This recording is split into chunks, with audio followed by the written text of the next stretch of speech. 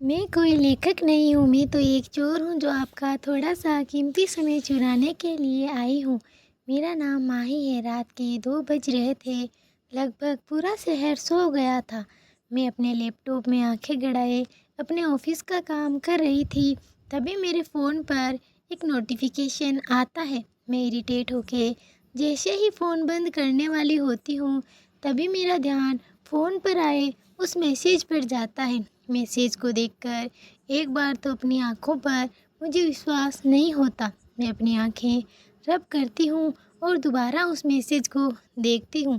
Message Insta app से आया होता है, जिस पर नाम शो हो रहा था, Rahul Chaudhary, send a friend request. मेरे हाथ काँप रहे थे।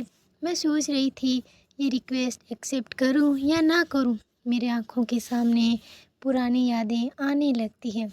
25 मिनट सोचने और इसे उधेड़ बूंद के बाद मैंने अपने कांपते हाथों और धड़कते दिल से रिक्वेस्ट एक्सेप्ट कर ली। रिक्वेस्ट एक्सेप्ट करते ही उधर से मैसेज आता है, हेलो। मैंने थोड़ी देर बाद रिप्लाई किया, हेलो राहुल, कैसी हो। मैंने स्माइल वाली इमोजी के साथ रिप्लाई किया, अच्छी हूँ, और तुम कैसे हो। राहुल, मैं भी अच्छा हूँ। मैं चुप हो गई।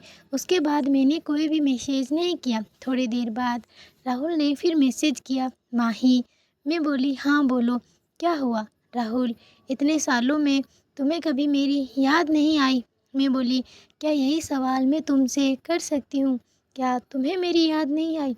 फिर मैं बोली, खैर मैं अपनी जॉब और अपनी ज़िंदगी में बहुत ही ज़्यादा बिजी हो गई थी कि कुछ याद ही नहीं रहा। राहुल बोला, पता है मुझे, तुम एक काम को पूरे मन से करने वाली लड़की हो।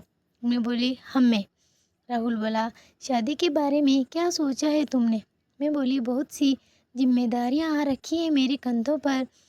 तुम्हारी तरह शादी करना ही मेरा काम नहीं है। राहुल बोला, जिम्मेदारियां तो शादी के बाद भी पूरी की जा सकती है, और वैसे भी हर लड़की को एक न एक दिन शादी करनी ही पड़ती है। मैं बोली, राहुल, तुम बिल्कुल नहीं बदले।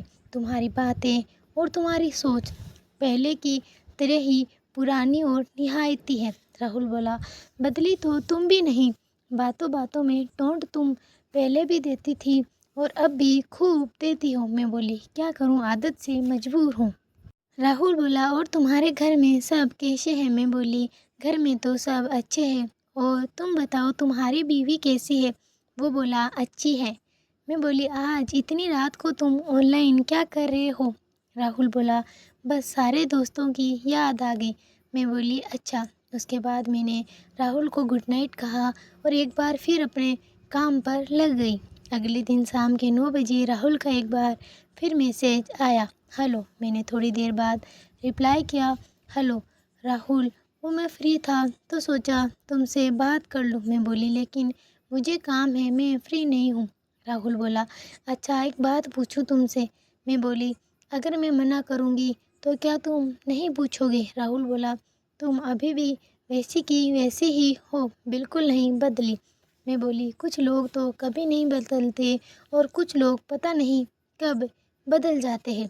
राहुल बोला, क्या हम मिल सकते हैं। मैं बोली, नहीं, बहुत बिजी हूँ, मेरे पास समय नहीं है। राहुल बोला, तुम किस शहर में रहती हो।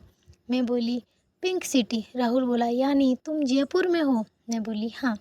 राहुल फिर बोला, कुछ पूछूं, सच सच बताना। मैं बोली, मैं अभी बिजी हूँ, फिर कभी बात करती हूँ। उसने बोला, ओके। मैं फ़ोन रखकर अपने अतीत में चली जाती हूँ। जब मैंने पहली बार राहुल को देखा था, राहुल एक डैशिंग और हैंडसम लड़का था। कॉलेज का हैंडसम हंक माना जाता था।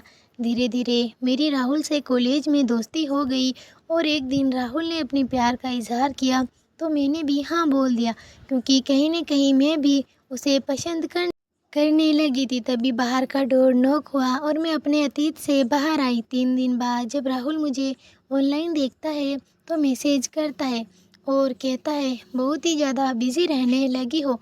मैं बोली, अरे ऐसा कुछ भी नहीं है। राहुल बोला, आज एक बात पूछूं क्या, बता पाओगी। मैं बोली, हाँ। राहुल बोला, क्या मेरे बाद तुम्हारी लाइफ में कोई नहीं आया। मैंने उसका मैसेज पढ़ लिया, लेकिन कोई जवाब नहीं दिया, और ऑफलाइन हो गई। अब रोज़ राहुल के मैसेज आते, लेकिन उस दिन के बाद मैंने कभी भी उसे रिप्लाई नहीं दिया। एक दिन उसका सुबह सुबह मैसेज आया जिसमें उसने रोने वाले इमोजी भेजी थी। मैंने मैसेज किया, क्या हुआ राहुल?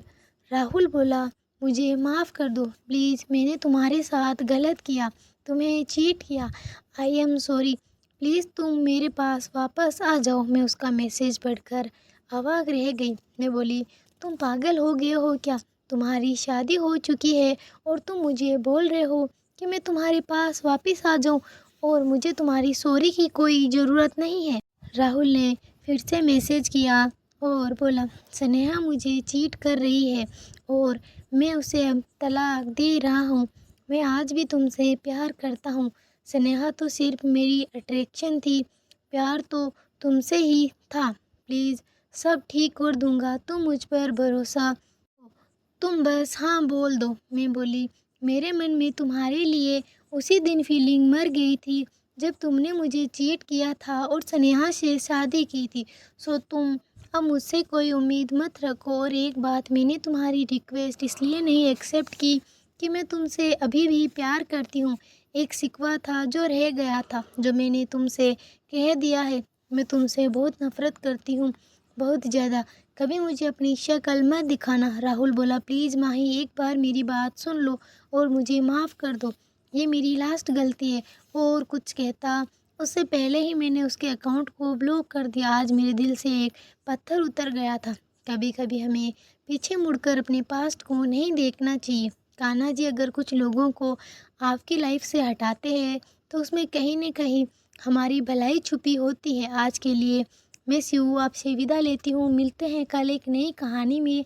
अगर आपने अभी तक मेरे चैनल को सब्सक्राइब नहीं किया है तो प्लीज़ सब्सक्राइब कर लेवे और नोटिफिकेशन चालू कर लेवे, ताकि आगे भी आपको मेरी ऐसी नवी नवी कहानियाँ पढ़ने को मिल सके।